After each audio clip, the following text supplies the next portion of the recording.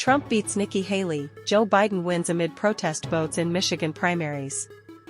Both President Biden and former President Donald Trump have won their respective primary contests in Michigan, per a dual race call from the Associated Press. Both candidates have swept every presidential contest they have participated in so far. Biden's challengers, U.S. Representative Dean Phillips of Minnesota and writer and spiritual leader Marianne Williamson, have done little to slow his path to the nomination. The president's most significant challenge in the Michigan primary came from factions of the party protesting his support of Israel as the country continues to carry out deadly attacks in Gaza. Ceasefire activists in Michigan's growing Arab American community urged voters in the Democratic primary to select the uncommitted option on their ballots in protest. And so far, more than 30,000 uncommitted votes were cast in the primary, which is far more than organizers were aiming for. According to the AP, Biden has been allocated 58 delegates. As of Tuesday night, Trump has now won 6 presidential contests for the GOP nomination. His remaining major challenger, former UN Ambassador Nikki Haley, has not won a single contest so far. As of Tuesday night, Trump was beating Haley by more than 30 percentage points and has been allocated 9 delegates, per the AP.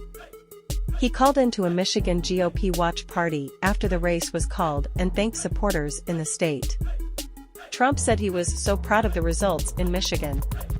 "The numbers are far greater than we even anticipated," he said. Trump also told the crowd he has already set his sights to the November general election, even though he still has challenger in his bid for the nomination. "We will be doing a lot of campaigning over the next couple of months," he said. November 5th cannot come fast enough. Haley has vowed to stay in the race until at least Super Tuesday on March 5th. Despite the fact that both candidates continue to sail through these nominating contests, Haley has said she is staying in because many Americans are unhappy with both Biden and Trump. This is the first time Michigan holds its primaries in February. Last year at Biden's request, Democratic Michigan Governor Gretchen Whitmer signed legislation moving the state's presidential primaries from the second Tuesday in March to February 27. Who gets GOP delegates won't be settled tonight. The shift in timing, however, complicated things for Republicans in the state. Per Republican National Committee rules, only Iowa, New Hampshire, Nevada, and South Carolina were allowed to hold primaries before March. So, in an effort to not break the RNC's rules, Republicans in Michigan won't be allocating the bulk of their delegates until March 2nd, which is when the party plans to hold a caucus-style convention. That means that only 16 out of the GOP's 55 delegates in Michigan are up for grabs today. The rest of the 39 delegates will be allocated in the state party's convention. And that convention is going to be held during growing chaos and infighting within the Republican Party.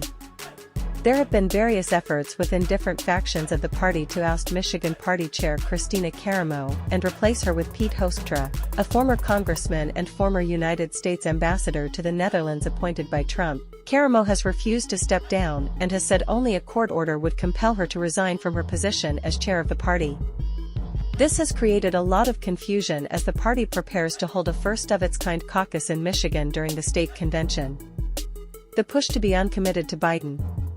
Even though Biden won the primary today, ceasefire activists in Michigan asked people casting ballots in the Democratic primary to vote for the uncommitted option as a form of protest of Biden's support for Israel.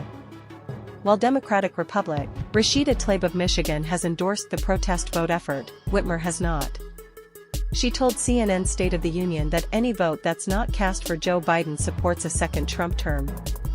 Whitmer said that a second term for Trump would be devastating. A significant amount of protest votes are likely to spell trouble for Biden in the fall. For one, Michigan is an important swing state that is likely to be very close. Michigan, the Detroit area, in particular, has a very large and growing Arab American population. Biden's support of Israel during the ongoing deadly attacks in Gaza have become a huge political liability for Biden among this voting bloc. A significant protest vote in Michigan could signal a weakness for Biden in the state come November, where even the smallest group of voters could be vital.